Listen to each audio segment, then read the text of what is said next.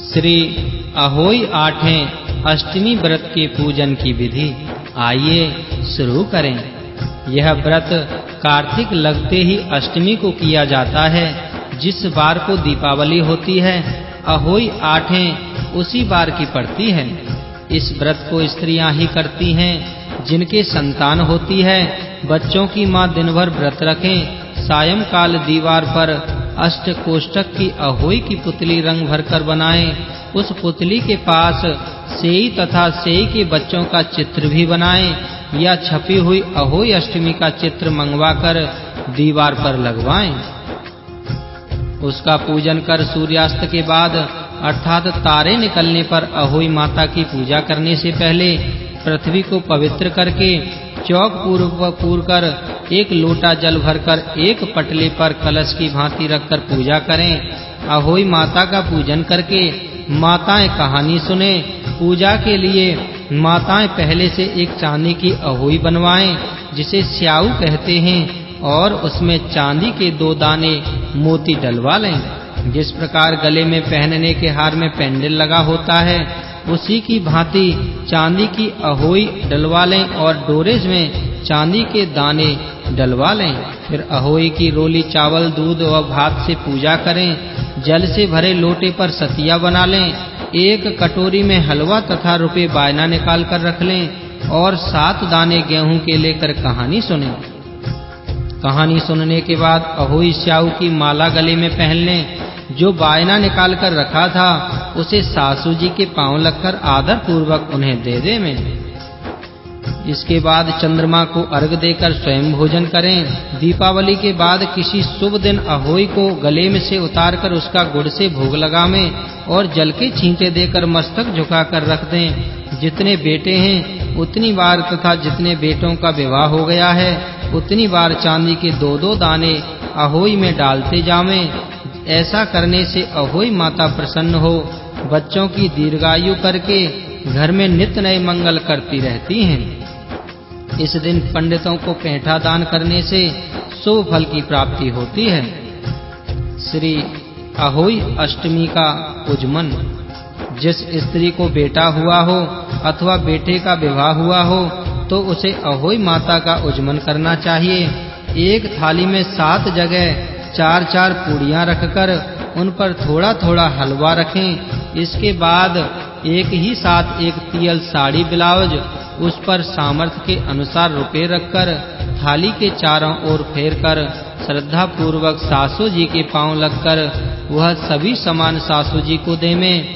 तियल तथा रुपए सासू जी अपने पास रख लें तथा हलवा पूरी का बायना बांट दें। बहन बेटी के यहाँ भी बायना भेजना चाहिए। श्री अहोई का अशोक अष्टमी का व्रत। आइए शुरू करें। यह व्रत प्रायः कार्तिक बदी अष्टमी को उसी बार को किया जाता है जिस बार की दीपावली होती है। इस दिन स्त्रियों की आरोग्यता और दीर्घायु प्राप्ति के लिए अहोई माता का चित्र दीवार पर मांडकर पूजन किया जाता है। विधि। अहोई का व्रत दिन भर किया जाता है। जिस समय तारामंडल आकाश में उदय हो जाता है उस समय वहां पर एक जल का लोटा रखकर चांदी की स्याऊ और 2 गुड़ियां रखकर मौली नाल में पिरो लें। तत्पश्चात रोली चावल से अहोई माता के सहित स्याऊ माता का अर्चे और शीरा आदि का भोग लगाकर कहानी सुने। आइए कथा आरंभ करते हैं। एक नगर में साहूकार रहा करता था। उसके 7 लड़के थे। एक दिन उसकी स्त्री खदाने में मिट्टी खोदने के लिए गई और ज्यों ही उसने जाकर वहां कुदाली मारी त्यों ही सेही के बच्चे कुदाल की चोट से सदा के लिए सो गए। इसके बाद उसने कुदाल को स्याहू के खून से सना देखा तो उसे सेह के बच्चे मर जाने का बड़ा दुख हुआ, परंतु वह बेबस थी क्योंकि यह काम उससे अनजाने में हो गया था। इसके बाद वह बिना मिट्टी लिए ही खेद करती हुई अपने घर आ गई और उधर जब सेह अपनी घुरकाल में आई तो अपने बच्चों को मरा हुआ देखकर नाना प्रकार से विलाप करने लगी। और ईश्वर से प्रार्थना की कि जिसने मेरे बच्चों को मारा है उसे भी इसी प्रकार का कष्ट होना चाहिए। तत्पश्चात सेह के श्राप से सेठानी के 7 लड़के एक ही साल के अंदर समाप्त हो गए, अर्थात मर गए। इस प्रकार अपने बच्चों को असमय काल के मुंह में समाये जाने पर सेठ सेठानी इतने दुखी हुए कि उन्होंने किसी तीर्थ पर जाकर अपने प्राण गंवा देना उचित समझा। इसके बाद वे घर छोड़कर पैदल ही किसी तीर्थ की ओर चल दिए और खाने की ओर कोई ध्यान न देकर जब तक इनमें से कुछ भी शक्ति और साहस रहा तब तक वे चलते ही रहे और वे पूर्णतया अशक्त हो गए तो अंत में मूर्छित होकर गिर पड़े। उनकी दशा देखकर भगवान करुणा सागर ने उनको मृत्यु से बचाने के लिए उनके पापों का अंत किया और इस प्रकार आकाशवाणी हुई कि हे सेठ, तेरी सेठानी ने मिट्टी खोदते समय ध्यान न देकर सेह के बच्चों को मार दिया। इसके कारण तुम्हें अपने बच्चों को दुख देखना पड़ा। यदि अब पुनः घर जाकर तुम मन लगाकर गौ की सेवा करोगे और अहोई माता अजक्ता देवी का विधि विधान से व्रत आरंभ कर प्राणियों पर दया रखते हुए स्वप्न में भी किसी को कष्ट नहीं दोगे तो तुम्हें भगवान की कृपा से पुनः संतान का सुख प्राप्त होगा। इस प्रकार आकाशवाणी सुनकर सेठ सेठानी कुछ आशान्वित हो गए और मां भगवती देवी का स्मरण करते हुए घर को चले आए। इसके बाद श्रद्धा भक्ति से न केवल अहोई माता के व्रत अपितु गौ माता की सेवा करना भी आरंभ कर दिया तथा जीवों पर दया भाव रखते हुए क्रोध और द्वेष का सर्वथा परित्याग कर दिया। ऐसे करने के पश्चात भगवान की कृपा से वे सेठ सेठानी 7 पुत्रों वाले होकर अगणित पौत्र सहित संसार में नाना प्रकार के सुखों को भोगकर स्वर्ग को चले गए। शिक्षा बहुत सोच विचार के बाद भली प्रकार निरीक्षण करने पर ही कार्य का आरंभ करो और अनजाने में भी किसी प्राणी की हिंसा मत करो।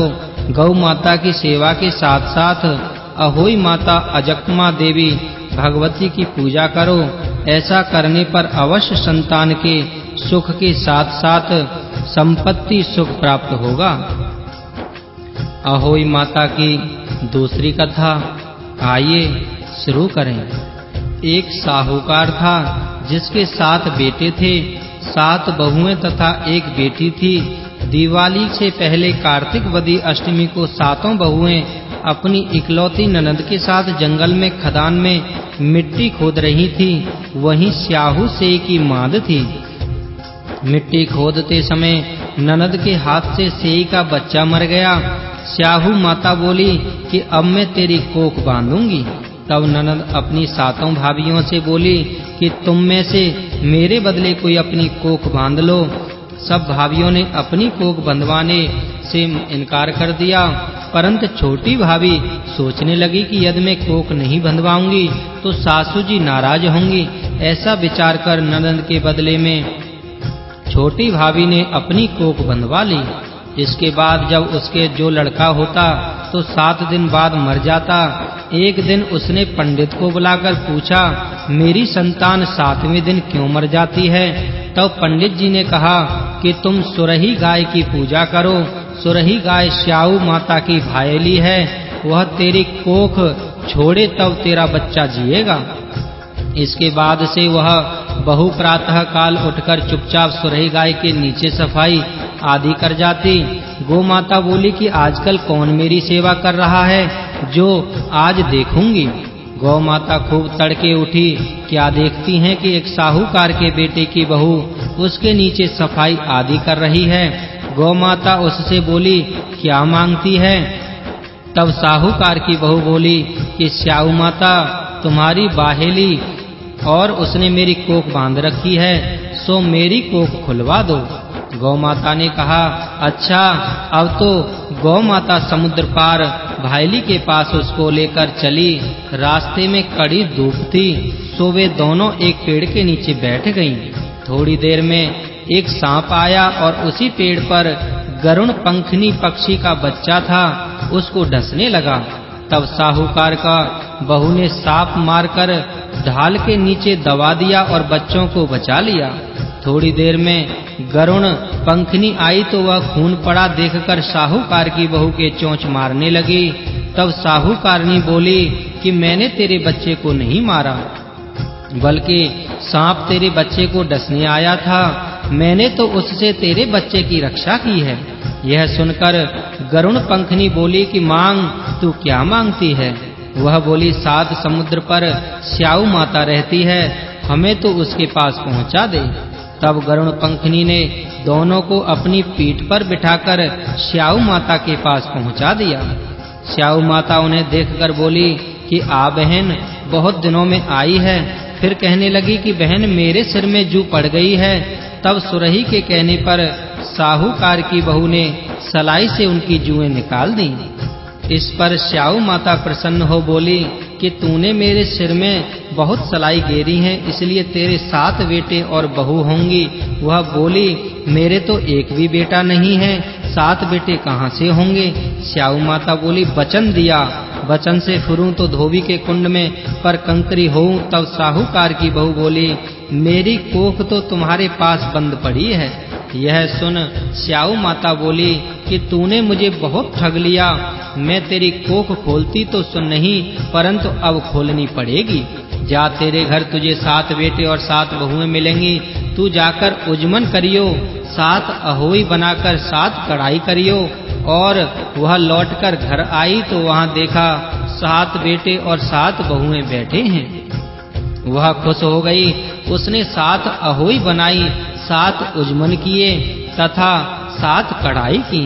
रात्रि के समय जेठानियां आपस में कहने लगी कि जल्दी जल्दी धोक पूजा कर लो, कहीं छोटी बच्चों को याद करके रोने ना लगे।